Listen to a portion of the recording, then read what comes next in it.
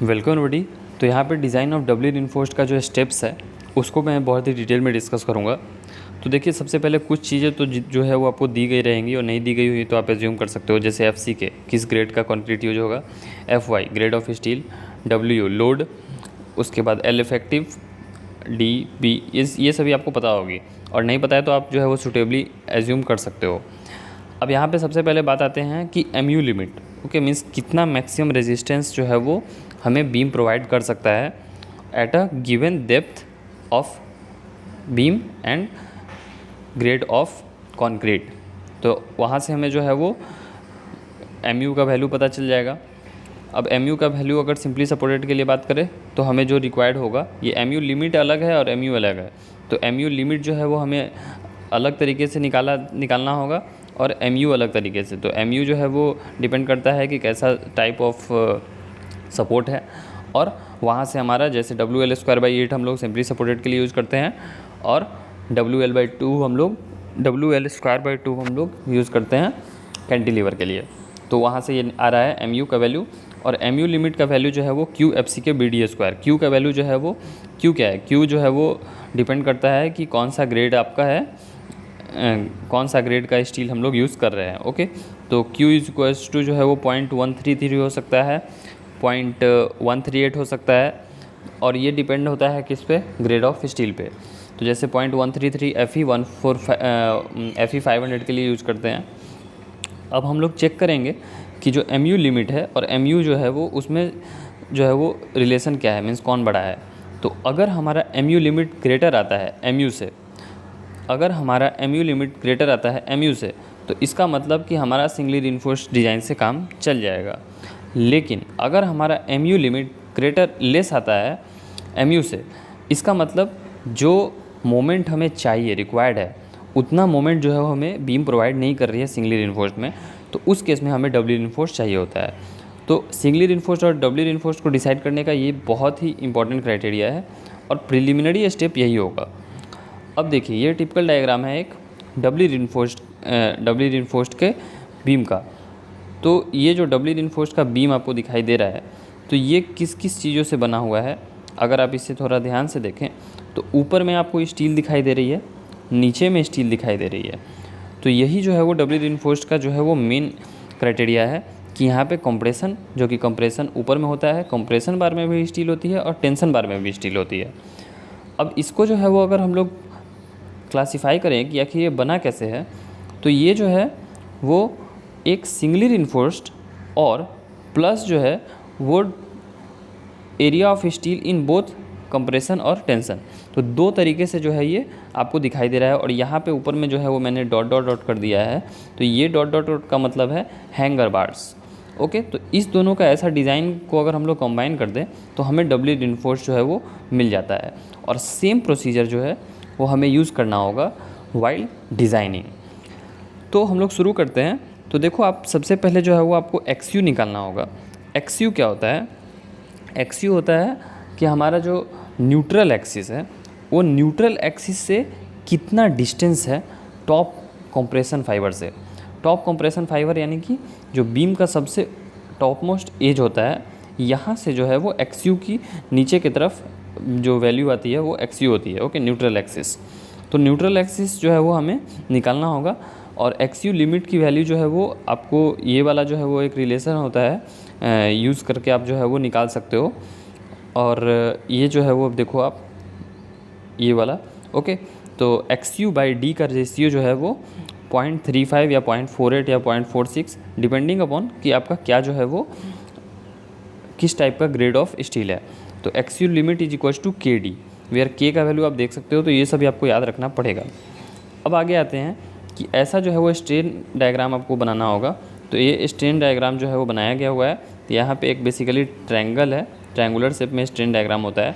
ऊपर में 0.0035 है, और ये जो है वो XU है। Okay, XU limit. अब यहाँ पे जो है वो हमारा ESC होगा। ओके, ये मैक्सिमम स्ट्रेन है। 0.0035 से ज़्यादा स्ट्रेन हम लोग कंक्रीट में अलाउड नहीं करते हैं। और ये जो बीच का स्ट्रेन है ESC, यही हमें फाइंड करना है ताकि हम आगे फार्मूला में यूज़ कर सकें। तो अब देखो यहाँ पे जो है वो आपको रिलेशन से निकालना होगा।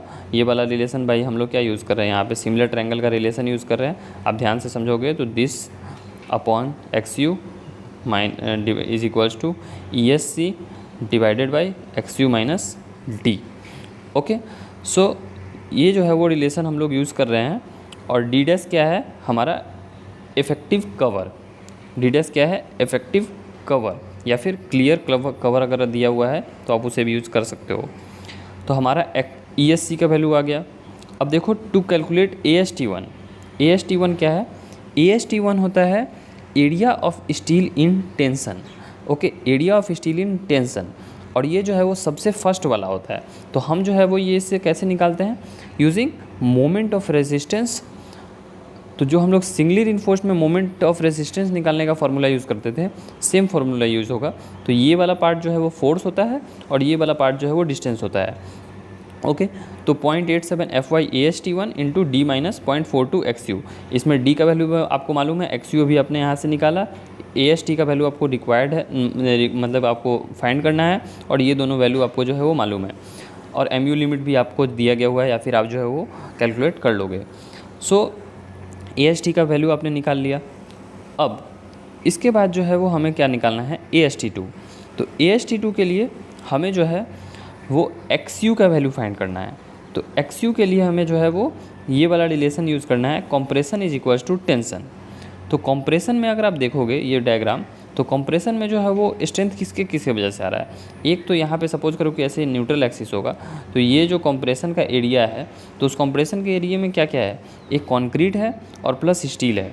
तो और टेंशन के एरिया में हमें क्या है, तो टेंशन के एरिया में हमें सिर्फ ये मिल रहा है स्टील की वजह से, और कंप्रेशन में स्टील प्लस कंक्रीट। तो कंक्रीट की वजह से स्ट्रेंथ कितना होता है, 0.36 FC के BXU। ओके, और हमें स्टील की वजह से कितना मिलता है, तो एरिया ऑफ स्टील इनटू जो कंक्रीट के वजह से हमें जो FSC जो है वो स्टील की वजह से स्ट्रेंथ होता है। FSC का मतलब है कि strength of steel in compression zone minus 0.446 FC के।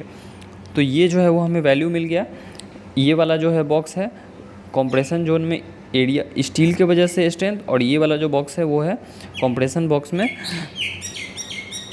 Strength due to concrete.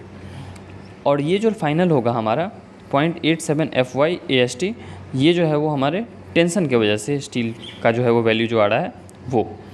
Okay, तो यहाँ से हमें जो है वो XU निकल सकता है। अब FSC हमें जो है वो हो सकता है कि इस चीज़ में निकालना हो, ओके, या फिर जो है वो XU, तो वो डिपेंड करता है, आप इस इक्वेशन को ऐसे यूज कर सकते हो। अब देखो एरिया ऑफ स्टील 1 निकालने के लिए, अब देखो यहाँ पे जो एरिया ऑफ स्टील मैंने मोमेंट ऑफ रेजिस्टेंस AST1 जो है वो निकालने के लिए, मोमेंट ऑफ रेजिस्टेंस जो हम लोग सिंगली रिइंफोर्स्ड में फर्स्ट बेसिकली यूज़ करते थे, सेम वही फार्मूला है, MU limit is equals to AST और इनटू दिस। तो AST को हम लोग LHS में लेगा और RHS में जो बच गया, तो ऐसे हम लोग एरिया ऑफ स्टील निकाल सकते हैं। अब AST2 निकालने के लिए हमें क्या करना है, तो AST2 निकालने के लिए हमें ये वाला फार्मूला यूज़ करना है। और थोड़ा सा सोचो कि आपको तो ये फार्मूला कैसे डिराइव्ड हो रहा है वो भी पता चल जाएगा। कि देखो टोटल MU लिमिट जो कि हमें जो है वो मिल रहा है, हमें चाहिए, रिक्वायर्ड है, ओके, जो स्ट्रेंथ हमें दे रहा है, और MU जो कि हमारा लोड की वजह से आ रहा है, तो MU minus MU limit divided by 0.87 FY AST into D minus D dash. तो ये जो है वो बेसिकली मोमेंट ऑफ रेजिस्टेंस वाले फार्मूले से ही आ रहा है। तो यहाँ से AST2 आ गया, तो पहले AST1 निकालना है, फिर AST2 निकालना है। अब ASC हमें निकालना है। ASC का फुल फॉर्म क्या हुआ, ASC का मतलब हुआ area of steel in compression. Okay, देख लो आप, ये वाला डायग्राम आपको याद होना चाहिए। AST1 ये है, ASC ऊपर में है, AST2 नीचे में है। तो जो हम लोग पहले AST1 आता है वो MU लिमिट को काउंटर करता है, और जो AST2 आता है और ये ASC है तो ये MU माइनस MU लिमिट को काउंटर करता है। ओके, तो ये हम लोग जो है वो स्टील ऊपर में चूँकि हमने दिया, तो उसको काउंटर करने के लिए नीचे में भी हमें देना पड़ेगा। क्यों, क्योंकि हम जो है वो सेक्शन कैसा डिज़ाइन करते हैं, अंडर इन्फोर्स्ड। RCC में हमारा टारगेट यही होता है कि हम लोग ओवर इन्फोर्स्ड सेक्शन बनाने से बचे, हमें अंडर इन्फोर्स्ड सेक्शन ही रिक्वायर्ड है। तो इसलिए हम लोग जो है वो AST2 प्रोवाइड करते हैं। अब देखो यहाँ पे जो है वो compression is equal to tension होगा, तो ये वाला फार्मूला हमने यहाँ पे यूज किया। ओके, उसके बाद ASC का फार्मूला जो है वो यहाँ से आ रहा है 0.87 FY AST2 is equals to ASC into FSC minus 0.45 FCK। तो यहाँ पे आप सोचोगे कि ऊपर में जो मैंने फार्मूला आपको बताया है ये वाला फार्मूला तो वैलिड हुआ नहीं। तो देखो ये वाला फार्मूला है, जैसे मैंने आपको पहले ही बताया था कि ये जो दो जो मैंने आपको प्लस प्लस करके दिखाया है, एक ये सिंगली रिइंफोर्स्ड लिखा है और ये वाला, तो इसीलिए जो है वो ये वाला पहला वाला जो compression is equal to tension हमने यूज किया है वो इसके लिए है। ओके, ये वाला फार्मूला इसके लिए है, और जो नेक्स्ट वाला हमने फार्मूला यूज़ किया है तो वो वाला इसके लिए है। कौन सा? तो यहाँ पे जो आपको फार्मूला दिखाई दे रहा है वो सेकंड वाले डायग्राम के लिए। ओके, तो यहाँ पे बेसिकली क्या है कि जो एरिया ऑफ स्टील इसके वजह से स्ट्रेंथ आ रहा है वही इसके वजह से स्ट्रेंथ आएगा।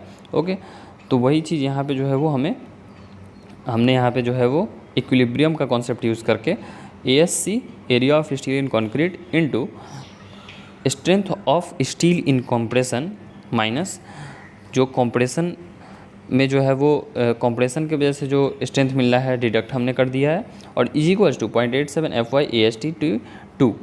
तो ये हमने किया, तो यहाँ से एरिया ऑफ स्टील हमें मिल गया इन कंप्रेशन। तो फाइनली हमें तीन चीज़ें चाहिए था, AST1 AST2 और ASC। तो हमें ये तीनों चीज़ मिल जाएगी यहाँ से। अब देखो कुछ चीज़ जो है वो आपको फाइंड करने में अगर प्रॉब्लम हो सकती है तो अब मैं नीचे जो बता रहा हूँ वो सभी से आप यूज़ कर सकते हो। जैसे FSC का यूज़ अगर आपको पता है तो माइल्ड स्टील में जो है वो FSC के लिए जो है वो FY और HYSD बार के लिए FE 450 के लिए। तो देखो माइल्ड स्टील में जो है वो ESC 0.0020 से 0.0035 तक होना चाहिए। अब इसमें जो है वो आप ये वाला फार्मूला डायरेक्ट यूज़ कर सकते हो, ESC is equal to 0.87 FY by ES। Okay, और अगर जो है वो यहाँ पे आपको नहीं है तो आप डायरेक्ट ये वाला 0.87 FY फार्मूला यूज़ कर लो। HYSD बार में बात करें तो आप ई मिनिमम जो है वो हमारा होना चाहिए ये 0.87 FY बाई, ये वाला आपको चीज़ मालूम होगा। 0.87 नहीं मालूम है तो मैं थोड़ा सा एक्सप्लेन कर देता हूँ कि देखो हम लोग सेक्शन कैसा डिज़ाइन कर रहे हैं, अंडर इन्फोर्स्ड। तो हमारा जो मिनिमम जो स्ट्रेन है, हमें इतना स्ट्रेन चाहिए ही चाहिए। क्यों स्ट्रेन चाहिए इतना? क्योंकि हमें स्टील को ब्रेक पहले करवाना है और हमें कंक्रीट को ब्रेक बाद में करवाना है।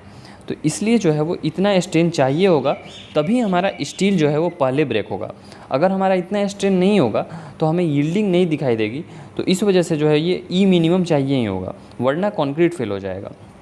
तो ई मिनिमम जो है वो ये मिनिमम स्ट्रेन हमें 0.0038 से 0.0038 होता है 415 में, और 0.0041 होता है FE 415 में। ओके,